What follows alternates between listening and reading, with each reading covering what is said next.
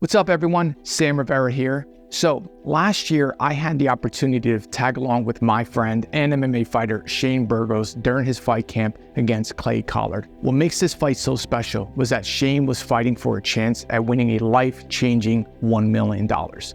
Now, this video isn't about his fight camp or even his fight. It's more about Shane's journey, the challenges that he faced way before he even stepped into the ring for the first time, his mindset to push through adversity, and an ending that you might not expect. So, with that said, enjoy the video. Like I said, I was born to stand out. I was always that guy that goes his own way. I'm not gonna go the way that everybody else is gonna go. Like a lot of people thought back when I was starting out, like, yeah, I can make a career out of this. Now, look at everything I've accomplished, everything that I'm still going to accomplish, like the life I built, like, again, I take so much pride in the fact that I did it my way with my two hands.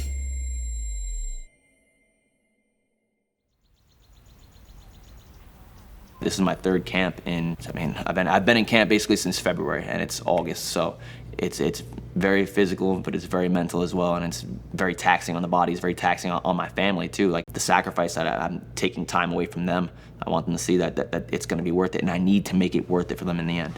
I'm one win away from $1 million, so I'm looking at this one, like burn all the boats. This is the one. I gotta win this one. I'm not really focused on that $1 million one right now. I'm focused on this one because this is the one that gets me to that $1 million. That $1 million is life-changing money. It's gonna change my life. It's gonna change my daughter's life. It's gonna change my wife's life. It's gonna change the people around me's life. There is no greater motivation than that, than changing my family's lives and then my extended family's life as well. I want this win. I want this championship win more than anything.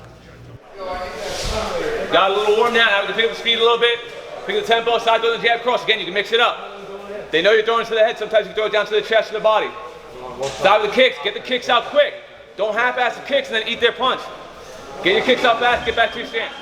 So I first fell in love with the sport, kind of like a love at first sight kind of moment for me. I saw an episode of UFC Unleashed back when I was in like 7th grade. Fast forward to 9th grade, one of my friends was like, oh, I found this gym. And they do kickboxing and like jiu-jitsu. I was like, oh cool, what's it called? It's like Tiger Schulman's. And back then it was called Tiger Schulman's Karate. So I was like, I thought that's a karate school. They do kickboxing and jiu-jitsu. He's like, I thought so too, but yeah, we could just do a trial and just see how we like it. I did my first jiu-jitsu class and I was like, whoa. I felt like I found my purpose at such a young age, and I've never had that feeling with anything else I've ever done. Good, that's it, he's touching him. He's not blasting him, but he's hitting DJ. Don't force the kick. Defend the 1-2 first and foremost, DJ. Give me fakes too. Double jab. Yep. Yes. Much better right. Switch it up. Good. Don't wait for him to kick the whole time though. Fuck his kicks. Start your 1-2. Alright? Keep going. Yes. You're trying to land that 1-2. Land that 1-2. Don't worry about his counter. It's alright. It's gonna happen sometimes. It's habit. Time. Perfect. Perfect. That was awesome. That was exactly how I wanted on both sides. You guys got it? Any questions? I just don't want to see side the string jab cross. I don't want to see you guys doing this. Because you're worried about him throwing the kick the whole time, and you're doing this the whole time, right? If you're not getting kicked, that means you're not even trying to do the jab cross. You should be getting kicked at least 5 times in that drill. You guys got it? Any questions? All right, so stand up. On 3, 1, 2, 3. So I found out back in middle school that I had scoliosis, and it was it's very common. A lot of people have it. It's a curvature of your spine. It was about a 24-degree curve of my spine, and then they told me we'll just monitor it, we'll watch it, and it should be fine. And then fast forward a little bit more, I find out it went from a 24-degree curve to a 49-degree curve when I hit my growth spurt. My spine grew like a question mark. They were like, oh, all right, this is progressively gonna get worse. Doctor told me that I needed to get surgery, and I was like, oh my God, a spine surgery, and being 15 years old, and I'm like devastated to hear that. But then he also tells me, like, I know you like to train and stuff, like do that kind of UFC stuff. He's like, but you're probably not gonna be able to do that anymore. And I'm like, what like that, never? He's like, yeah, probably never. I start crying. I'm pretty hysterical, like not just the fact that I won't be able to train, but the fact that I'm gonna have to get surgery. I'm terrified. There is a chance that they mess up and you can be paralyzed. That is a chance you're taking with surgery. And he's telling me this. I'm like, it felt like my world was crashing down. He's telling me that I can't do what I just found this like 7-8 months ago. And now you're gonna tell me I can't do it anymore? I'm like, I start crying. And then I sit back and I start thinking about it. It's kind of like a movie scene where he's talking and I'm not really hearing him. I'm just kind of in my own head thinking about the fact that he told me I can't train anymore. And I'm like, there's no way I'm taking no for an answer. So I just wiped my face and I was like, okay, let's do what we gotta do, but I'm coming back.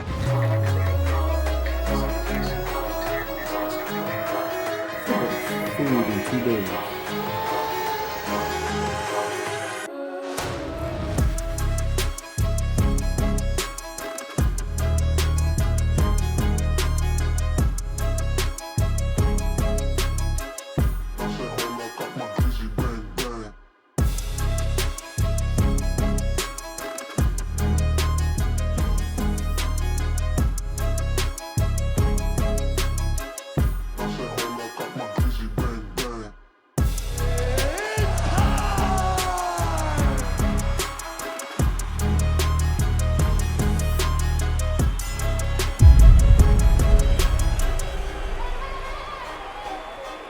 have about 4.5 weeks left. So yeah, 3 more weeks of training, hard training. We're gonna go right into sparring. After sparring, we're gonna go right back into technique, boxing training, and then finish off with some bag work. Keep going, let's go. That's it. Put that together a little quicker. And when he goes to box back, that's when you lure him into the boxing match, then you take out the leg. I think when you go through something like he did, where, you know, he had scoliosis pretty badly, and the doctors told him he would never be able to do any athletics, that pushed him. That's the drive that he needed to become a fighter. So I guess he flipped the switch right then and there that he was going to be a fighter in life. And then he ended up being a fighter in the cage. He's one of the toughest guys I've ever met. He's not out there to play. He says, that guy's out there to hurt me. So I'm gonna hurt him, and I'm gonna do it as quickly as I can so I can get back to my kids and my wife. That's his attitude. You know he's coming back with that counter, then boom, then hit it, right? And get back to boxing. When he counters, hit it hard. And hit the same spot. You hit it many times, I want you to hit it more, okay? Good move. That's a great kick. Off the left kick, that was nice. Go back to lefty. How does it feel to see your brother win? Oh, it's the best feeling. You can feel, literally just feel the weight off your shoulders. It's pretty crazy. How about on the opposite spectrum, like what about losing? It's gut-wrenching. It's way more than a fight. Always, everyone's, it's just a fight. It's never just a fight. It's the worst, the highest highs and lowest lows. Like I literally just heard him say that. So it's different from any other sport, you know, when you're putting like your family on your back kinda, you know, and you're going to war. So whoever comes out of that, you know, that's the way we look at it. It is just a fight at the end of the day, you know. He does have a beautiful family to go home to, and that's the real win. That's always the real win right there. Having a family now, 3 daughters, a wife, it takes a lot, especially the way the season is, it takes a lot of time away from them. So it's a huge sacrifice, because time is something you never get back. So to take time away from them, I gotta make this worth it in the end. Yeah, so my wife, Veronica, she sacrificed so much. I can't even put into words how much she sacrificed. Obviously, she's watching me go out there, and I know for me, like watching like my teammates, it's so hard for me. So I can't imagine being in her shoes, watching her husband, the father of her kids, go out there, and especially the way I fight. Like everybody knows the way I fight. She sacrificed her mental sanity at some points. But then aside from that, like she's a mom, she's a stay-at-home mom when I'm away for fights, and I can't do as much as when I'm outside of training camp. She's picking up that slack. I hate to say it, but yeah, I do slack at times when it comes to that, because I'm run down from training. I'm giving everything I have in training, and I'm taking away from my family time. So she's made up for that in ways that I can't even begin to express my gratitude for. So again, I have to make this worth it, not just for myself, but 100% worth it for my wife and for my 3 daughters.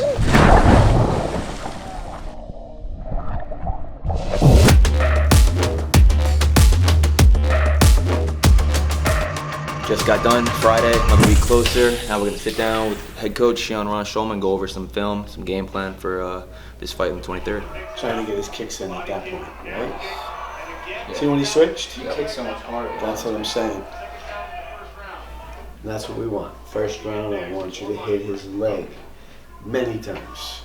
This dude's just striking with him. He's gonna expect you to try to do that. That's when you body lock him. When he's like, or where he's got you against, or even when he's forehead, he's trying to throw these body shots. That's when you body lock. Yeah, because he's gonna expect you to be like this guy and try to, you know, yeah. So when he body lock, and you either if you have him against the cage or he has you against. It's good if he's hands down here. He's gonna look for the underhook. When he goes for the underhook, you lock that arm in.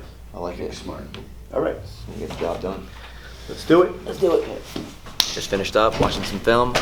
I mean, I felt confident before, but I feel even more confident now, especially like watching the tape, breaking it down, looking where he's weak and where I'm strong, and seeing where I can exploit those weaknesses.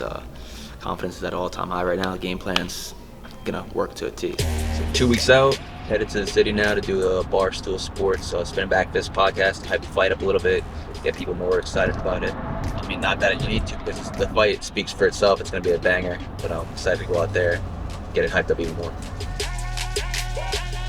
We do have Shane Burgos back in studio after his last fight. We talked to him before the last fight. Now we've got him again before August 23rd. You're going to be headlining a night at MSG against Clay Collard. It's a hell of a fight. I'm glad that you're in this position. After your last fight, we were worried you weren't going to be in this position. And then there was a little shakeup with the PFL and everything, and you're back. Yeah, man. Stars are aligned. It worked out in my favor. Obviously, I'm back.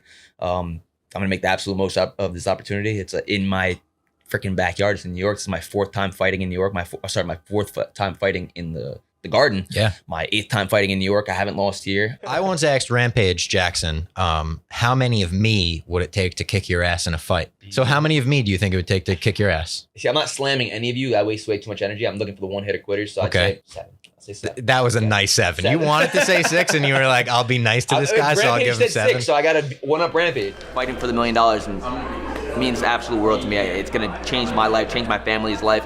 But this is the fight. This is the one that everyone wants to see. This is the one that I'm focused on. This is the fight that, in my mind, is the $1 million fight. Your metabolism's probably like, your body looks like, yeah, it's like that. Yeah, and then having to go fucking fight, like with the seasons, the way this shit is. know. Like, I only have like a week to be able to eat what I want to eat. So in my mind, like I got a week. I'm eating like 10,000 calories a day. Like I'm like. You're just eating. Yeah, I'm like, Yeah, what's in the house? I don't even like this. Fuck it, eat it. I'm eating You're not gonna be able to eat it soon, so just eat it now. Michael Phelps diet. Yeah. 16,000 calories. Yeah, a day. Like junk calories. Which is so crazy because you probably burn like training and Yeah, but insane amount. the week after the fight is my week off. Yeah, I'm just sitting on my ass eating like a fat fuck. And then right after that, I'm like, all right, dial it back. Let's go start training again. Yeah, so just finished up Barstool Sports here in the city. I'm about to head back home, but man, it was good. Got me hyped up, got me ready to go. 2 weeks out from today, August 23rd. Do not miss it. The main event for a reason. This is the fight that everyone wants to see, and that's going down. All or nothing, kill or be killed. I'm coming for that fucking win. My favorite part is I did this shit my way. Like I said, I was gonna do this in high school. I told all my friends I'm gonna do this. I'm gonna be an MMA fighter, and that's how I'm gonna make my living. And I fucking did it. Like I mean, a lot of people talk about it. They say it, and then life happens, and they're like, let me just get a 9 to 5. I said, fuck that, man. I burned all the boats. I had no backup plan. It was either this or I want to be broke for the rest of my life. And I went out there and I made it fucking happen with my bare hands, with my blood, my sweat, my tears, my dedication.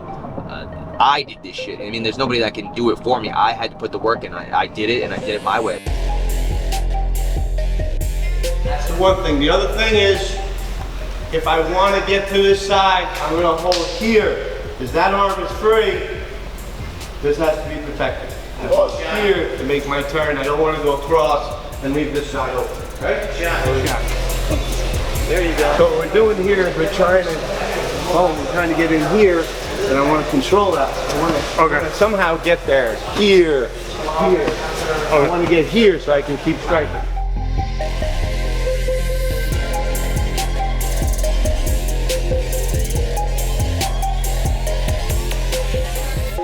You know, when people ask me what makes Shane so good, it's his head. He's a warrior. He goes out there to fight. It don't matter who's in front of him.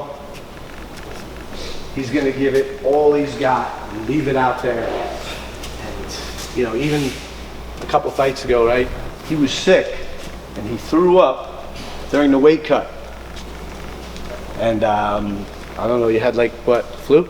I don't know. I had a fever the entire week. Yeah, fever the entire week had to do with weight cuts, doing that. I mean, the weight cut is torture. But if you're sick, it's even worse. And he didn't say a word to me till after the fight. He won the fight, and he was just laying there at the end. That's when I found out. So that's the kind of mentality he has. And he told me, I said, why didn't you tell me? He's like, because I knew I could beat him even on my worst day, and it was my worst day.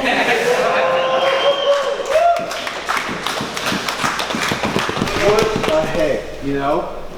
Because being a fighter is not just physical. There's a lot of people out there with good technique, but the difference is the mentality that you go in there with. And he's got the mentality. He's got a huge fight coming up. This is the playoffs. When he wins this fight, he'll be in the finals.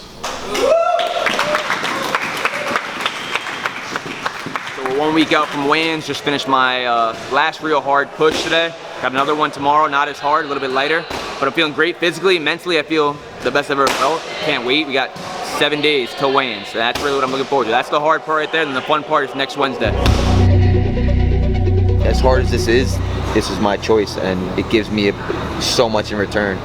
it's a beautiful life I live because of the hard work that I put in with my blood, sweat, and tears of my body, and doing this, all this sacrificing, the struggle, all the hardships. This actual moment right now, I haven't really eaten much today. I'm about to start the weight cut. It sucks. It's brutal. It's mentally exhausting. It's a lot easier to go work a 9 to 5, but I just wasn't built for that. I like the road less traveled. I've been saying that for a while. So if I had a green 2, a yellow 2, and a red 2, I'd put all 3 of them down. Oh shit.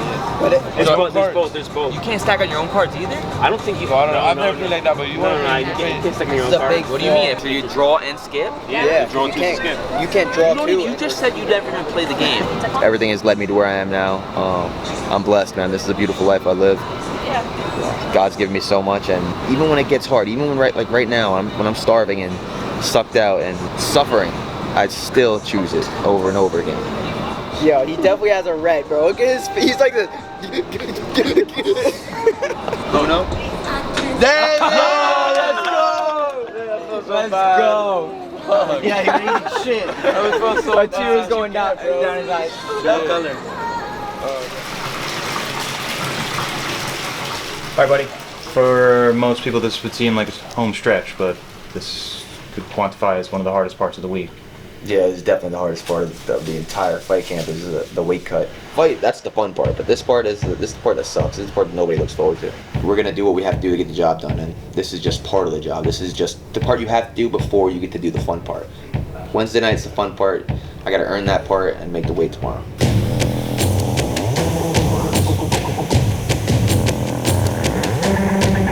That's what I do while I cut weight.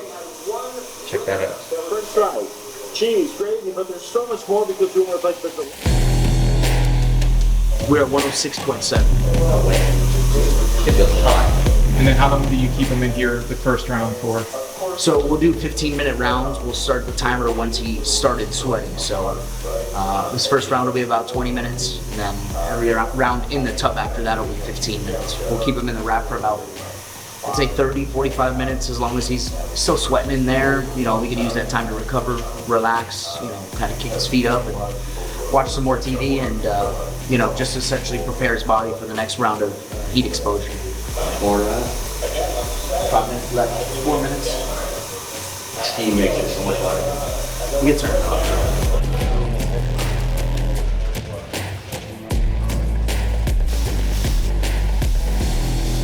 So the past 2 fights, first round, I run over to, I'm like, where's Shane's family? Yeah. And then I find him, and he's already standing up, like, sweat coming down his head, like, Shane! Like, Last one was good. The last one I didn't lose my voice for the main fight. because you weren't yelling, you were booing the Japanese guy. I was hurting more than the Japanese guy than I did for the OAM one. Dude, they sat us right behind OAM's corner. As he's there talking shit, I'm like, oh, bro. Oh my god, bro, this is gross. It's bad. Yeah? Yeah, you might want to put a towel on It's the a floor. lake? It's, yeah. Yeah, get up, stand up. Take it off first. You can wrap in that towel. So, yeah. So we're just wrapping up this second round here in the bath and wrap.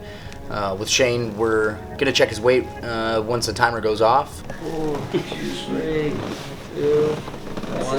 Boom, done. Oh, fuck that. Oh my god, that's gross. I want to ask a question, but I don't even want to ask it. You know what I want to say, right? Oh! Alright, would you, not a would you rather, but how much to put your mouth under that? Yes. Zero. How much? There's not a How much money? To what? I lifted you. You have to drink it? How much? Yeah, a shot of it. A shot? 2 million, you do it? 2 million. He's a fucking filthy slut. That's disgusting, bro. Bro, Yeah, filthy slut for real, bro. You wouldn't do it for 2 million? Shut up. I might. Whoever said they wouldn't do it for 2 million? Our goal was 160 pounds. He was about 160 on the dot, still sweating a bit, hair wet, you know, wearing some wet underwear. So he's about to take a cool shower. We'll give him about a half a pound of fruit. So we should have about 3.5 to 4 in the morning. Hopefully he floats about a pound. And we'll go at it one more time tomorrow morning until we get down to 156 pounds, weigh in, and start rehydrating. Just some little pineapple watermelon chunks, nice and frozen. Yes. I eat the whole thing? Yeah, that's a half a pound. Everything. Oh, I heard it. Heard it. Oh my god. Blasted it right there. Boom, let's fucking go. Perfect, baby. Perfect. Good shit. Let's go. So officially on weight, hard part's done. Let's go make it official in like an hour, and a fun fight tomorrow night.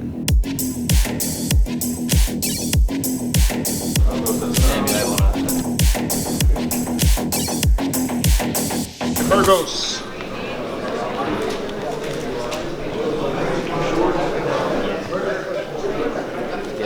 $156 even. 156 even. For Mr. Shane Burgos, 156 even. Hard part officially done. Rehydrating. Feeling good. Man, that's the fight before the fight.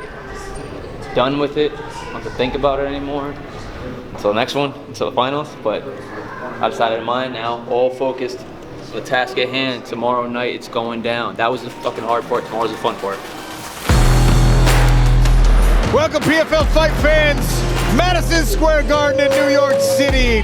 Tonight, it's all about playoff semifinals in the welterweight division. Who's gonna win? Who's gonna go home? And who's gonna progress to the $1 million championship?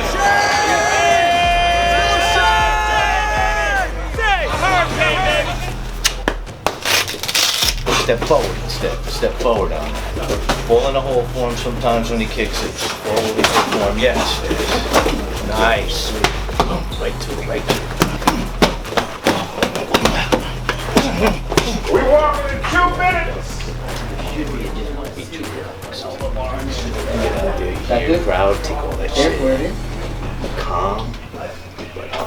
All right, Mr. Burgos. Your time to shine, big dog. Roll into that hole. All night long. Roll it. Shake it.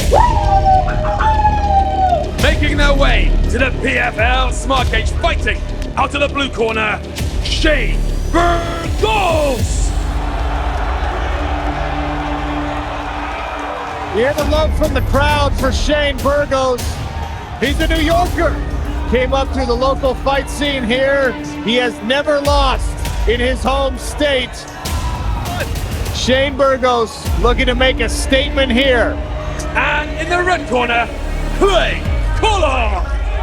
Cassius Clay Collard feeling a different kind of energy from the crowd. More big-time supporters of Shane Burgos. Collard, though, spent some time doing professional boxing, just snatching the undefeated records away from rising prospects. He was never the fan favorite in those buildings. He loves this type of environment. Fighting out of Monroe, New York, Shane Burgos! Stellar main event matchup, Clay Collard in the red, Hurricane Shane Burgos in the gray. Chance of Let's Go Shane raining down here inside the theater at Madison Square Garden. Beautiful stinging inside low kick there from Burgos, just upsets the balance of Collard. Burgos told us he was going to kick away at Collard's legs, and look at that again. Oh, big right hand to the body by Collard. Both of these guys willing to play the long game in this fight. Oh, lovely inside low kick, blocking the leg. Oh, big left hook landed for Clay Collard and the right hand behind it. Oh, he's got Hurricane Shane hurt. Do not blink as this first round comes to a close.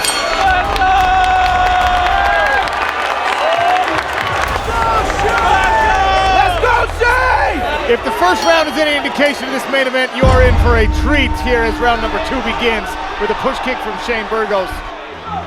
There you go, gas! Yeah, gas right there! Yes! There you go, gas pedal, gas pedal! Nobody! Nice slip counter there from Burgos. Beautiful head movement. Spinning back this miss, the hook landed. The numbers just stacking up for both of these fighters. High volume fight as we expected. Oh, the right hand from Collins. Nice right hand. Nice. Oh! Down for the calf kick. The front leg goes out from under him, but Clay Collard for the second time in this fight rolls through it and is back on his feet. Oh! The left hook! Big left hook! Get to the game! Get to the game! Now Burgos rolls him back to his feet. Must feel like he's done enough to win this round already. And I want to see a third. We will next. 300 strikes thrown already in this fight. Unreal. The smart thing to do for Burgos right now is to move back, move away from Clay Collard, and force him to keep planting his weight on that lead leg. Burgos is playing the game of Clay Collard right now, standing in the pocket and trading. Forward, forward. Yeah, boom, boom, boom, boom. Back to it, back to it. Double up. Yeah. You can't move. Shane Burgos having a lot of success here in round number 3, but will it be enough? Shane Burgos pouring it on here in the third. Potentially the decider in this fight. Collard's had a lot of trouble moving his feet at all. He's thrown 416 strikes in this fight, Randy. Oh, and there's a nasty inside leg kick again from Shane Burgos. Body shot rip. Left hook again from Clay. Right hand and a high kick from Burgos. Give me 2 more rounds of this.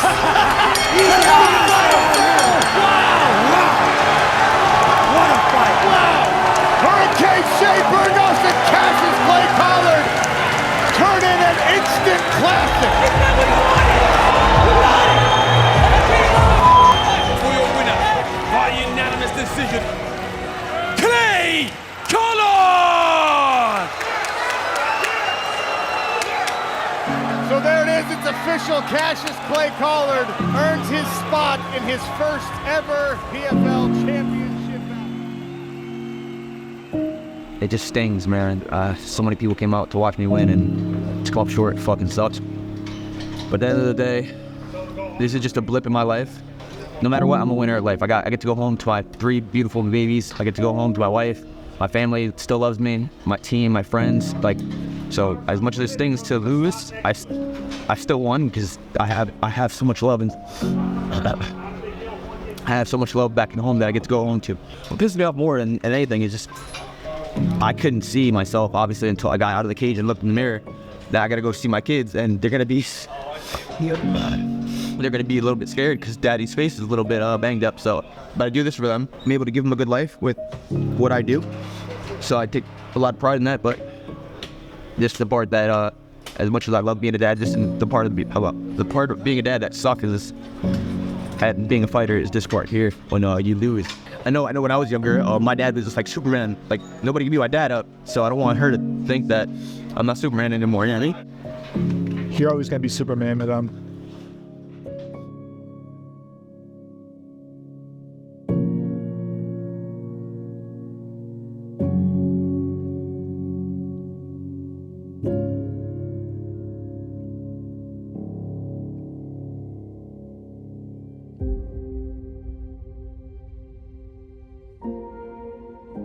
It's easy to just stay in bed and to do the easy things and to just stay in your comfort zone. But the road less traveled is gonna get you so much further in the end. And do you want to just be another guy in the rat race? Is that what you want? I don't want that. The comfort zone is gonna get me nothing. Do you want to be the 99% or do you want to be the 1%? I want to be the 1%.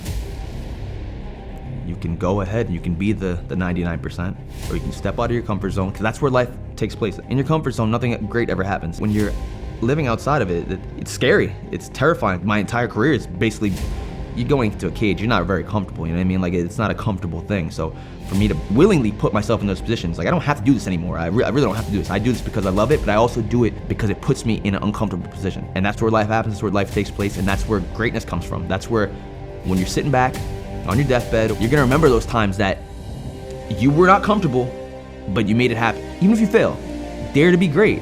Those guys that are gonna look back and judge you, like, who cares? How you feel about yourself it means the most. Even though I've lost before, it's okay. Like, you either learn or you win. That's kind of how I look at it. But I tried my damn best, and I dare to be great. Now that's kind of how I approach life.